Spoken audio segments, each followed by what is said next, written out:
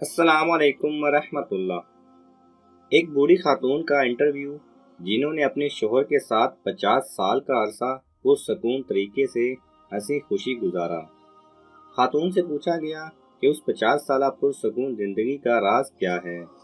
क्या वो खाना बनाने में बहुत माहिर थीं, या फिर उनकी खूबसूरती इसका सबब है, या ढेर सारे बच्चों का होना इसकी वजह है, या फिर कोई और बात है। बूढ़ी खातून ने जवाब दिया, पुरसकून शादीशुदा ज़िंदगी का दारोमदार अल्लाह की तौफीक के बाद औरत के हाथ में होता है। औरत चाहे तो अपने घर को जन्नत बना सकती है, और चाहे तो इसके बरक्स यानी जहन्नुम भी बना सकती है। इस सिलसिले में मालो दौलत का नाम मत लीजिए। बहुत सारी मालदार औरतें जिनकी ज़िंदगी अजीरन बनी हुई है, शोहर उनसे भागा भागा रहता है। खुशहाल शादीशुदा ज़िंदगी का सबब औलाद भी नहीं है।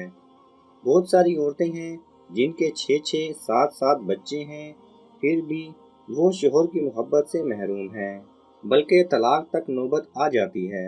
बहुत सारी ख़वातीन आला से आला तरीन खाना पकाने में माहिर होती हैं, दिन दिन भर नए से नया खाना बनाती रहती हैं, लेकिन फिर भी उन्हें हर रोज़ शोहर की बदसलूकी की शिकायत रहती है। इंटरव्यू लेने वाली खातून सहाफ़ी को बहुत हैरत हुई। उसने पूछा, फिर आखिर आपकी इस खुशहाल ज़िंदगी का राज क्या है? बूढ़ी खातून ने जवाब दिया, मेरा शोहर इंतहाई गुस्से में होता है तो मैं खामोशी का सहारा ले लेती हूँ, लेकिन इस खामोशी में भी एहतराम शामिल होता है। मैं अफसोस के साथ सर झुका लेती हूँ। ऐसे मौके पर बाज़ ख़वातीन खामोश तो हो जाती हैं, लेकिन इसमें तमस्खुर का आंसर शामिल होता है। इससे बचना चाहिए। समझदार आदमी इसे फ़ौरन भांप लेता है। नामा निगार खातून ने पूछा, ऐसे मौके पर आप कमरे से निकल क्यों नहीं जाती? बूढ़ी खातून ने जवाब दिया, नहीं, ऐसा करने से शोहर को ये लगेगा कि आप उससे जान छुड़ा रही हैं, उसकी कोई बात सुनना ही नहीं चाहती हैं। ऐसे मौके पर खामोश रहना चाहिए, और जब तक वो पुरसकून ना हो जाए उसकी किसी बात की मुखालफत नहीं करनी चाहिए। जब शोहर किसी हद तक पुरसकून हो जाता है तो मैं कहती हूँ, पूरी हो गई आपकी बात। फिर मैं कमरे से चली जाती हूँ, क्योंकि मेरा शोहर बोल बोल कर थक चुका होता है, और चीखने चिल्लाने के बाद अब उसे थोड़े आराम की ज़रूरत होती है। मैं कमरे से निकल जाती हूँ और अपने मामूल के कामों में मसरूफ़ हो जाती हूँ बस। खातून सहाफ़ी ने पूछा, उसके बाद आप क्या करती हैं? क्या आप बोल चाल बंद करने का असलूब अपनाती हैं? एक आध हफ्ता बातचीत ही नहीं करती? बूढ़ी खातून ने जवाब दिया, नहीं तो इस बुरी आदत से हमेशा बचना चाहिए। ये दो धारी हथियार है। जब आप एक हफ्ते तक शोहर से बातचीत नहीं करेंगी, ऐसे वक्त में जबकि उसे आपके साथ मुसालहत की ज़रूरत है, तो वो इस कैफियत का आदी हो जाएगा, और फिर ये चीज़ बढ़ते बढ़ते ख़तरनाक किस्म की नफ़रत की शक्ल इख्तियार कर लेगी। सहाफ़ी ने पूछा, फिर आप क्या करती हैं? बूढ़ी खातून बोली, मैं 2-3 घंटे बाद शोहर के पास एक गिलास जूस या एक कप कॉफ़ी लेकर जाती हूँ, और मोहब्बत भरे अंदाज में कहती हूँ, पी लीजिए। हकीकत में शोहर को उसी की ज़रूरत होती है। फिर मैं उससे नॉर्मल अंदाज में बात करने लगती हूँ। वो पूछता है, क्या मैं उससे नाराज़ हूँ? मैं कहती हूँ, नहीं तो। उसके बाद वो अपनी सख्त कलामी पर माज़रत ज़ाहिर करता है, और खूबसूरत किस्म की बातें करने लगता है। इंटरव्यू लेने वाली खातून ने पूछा, और आप उसकी ये बातें मान लेती हैं? बूढ़ी खातून बोली, बिल्कुल, मैं कोई अनाड़ी थोड़ी हूँ, मुझे अपने आप पर पूरा भरोसा है। क्या आप चाहती हैं कि मेरा शोहर जब गुस्से में हो तो मैं उसकी हर बात का यकीन कर लूँ, और जब वो पुरसकून हो तो मैं उसकी कोई बात ना मानूँ? खातून सहाफ़ी ने पूछा, और आपकी इज़्ज़त नफ्स यानी सेल्फ रिस्पेक्ट का क्या?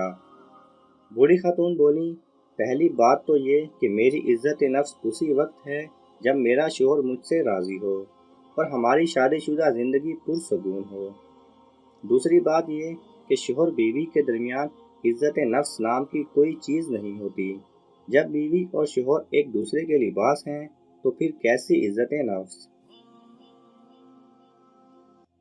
बहुत अरसे की बात है, एक बादशाह अपनी रियाया का बेहद ख्याल रखता था, और अपने बुजुर्गों की तकलीद करते हुए روزانہ سادہ کپڑوں میں شہر کی گلیوں میں گھوم پھر کر لوگوں کے بارے میں معلوم کرتا رہتا تھا کہ لوگ کس طرح دن گزار رہے ہیں۔ ایک رات بادشاہ حسب معمول شہر کی گلیوں میں گھوم رہا تھا۔ چلتے چلتے وہ جیل کے دروازے تک پہنچ گیا۔ جیل کے پاس سپاہی ایک چور کو پکڑ کر اندر لے جا رہا تھا۔ بادشاہ نے سوچا آج جیل کے اندر جا کر دیکھنا چاہیے کہ یہاں کیا ہوتا ہے۔ یہ سوچ کر بادشاہ جیل کے دروازے کے پاس پہنچ گیا۔ بادشاہ کو دیکھتے ہی سپاہیوں نے پہچان لیا اور تعظیم سے سر جھکا دیے۔ بادشاہ نے جب سپاہیوں کو بتایا کہ وہ جیل کا معائنہ کرنا چاہتا ہے تو سپاہی بادشاہ کو لے کر اندر چلے گئے۔ قیدیوں کو جب پتہ چلا کہ بادشاہ سلامت خود چل کر ان سے ملنے آئے ہیں تو وہ سب بادشاہ کے ارد گرد جمع ہو گئے۔ بادشاہ نے باری باری ان سے ان کے حالات پوچھے۔ بادشاہ نے ایک قیدی سے پوچھا تمہیں کس جرم کی سزا ملی ہے؟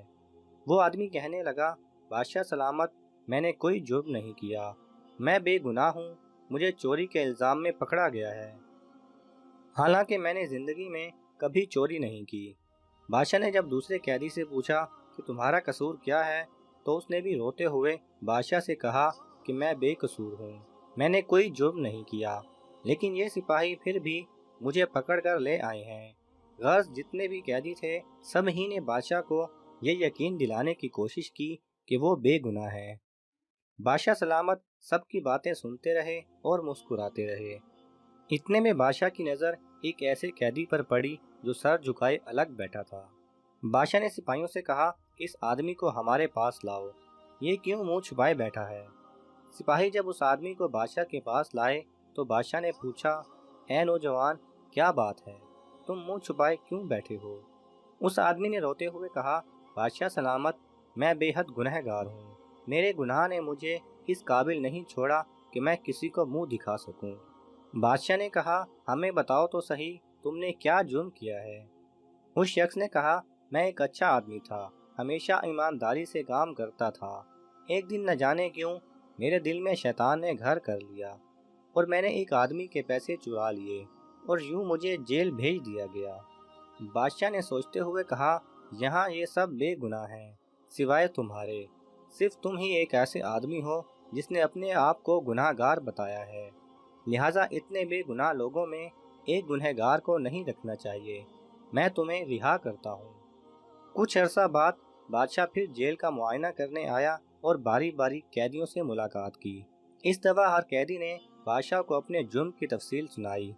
بادشاہ نے یہ سننے کے بعد حکم جاری کیا کہ یہ لوگ واقعی گنہگار ہیں، انہیں ابھی تک شرمندگی کا احساس نہیں، یہ بڑے فخر سے اپنے جرموں کی کہانی مزے لے لے کر سناتے ہیں، لہٰذا ان کی سزا اور بڑھا دی جائے۔ یہ سن کر وہ لوگ بے حد حیران ہوئے اور بادشاہ کے جانے کے بعد اس کے وزیر سے پوچھنے لگے کہ جب اس شخص نے اپنے گناہ کا اعتراف کیا تھا تو بادشاہ نے اسے چھوڑ دیا تھا، لیکن جب ہم نے گناہ کا اعتراف کیا ہے تو بادشاہ نے ہمیں اور سزا دی ہے۔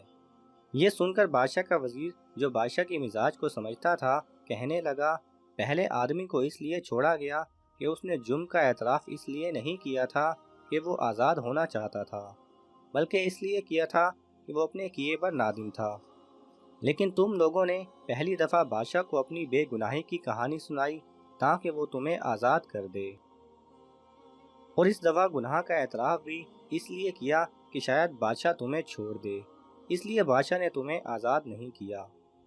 بالکل اسی طرح اگر ہمیں سچ میں اپنی غلطی یا گناہ کا احساس ہو جائے اور اس پر ندامت بھی ہو تو ہم صدقے دل سے معافی بھی مانگ لیں گے اور وہ رحیم و کریم یقیناً ہمیں معاف بھی کر دے گا۔ اگر آپ کو یہ ویڈیو پسند آئے تو اسے لائک اور شیئر کیجئے، کسی بھی قسم کے سوال اور اظہار رائے کی خاطر کمنٹس کیجئے، اور مزید ایسے دلچسپ ویڈیوز دیکھنے کے لیے ہمارے چینل کو سبسکرائب کریں اور ساتھ میں بنے بیل آئیکن پہ لازمی کلک کریں۔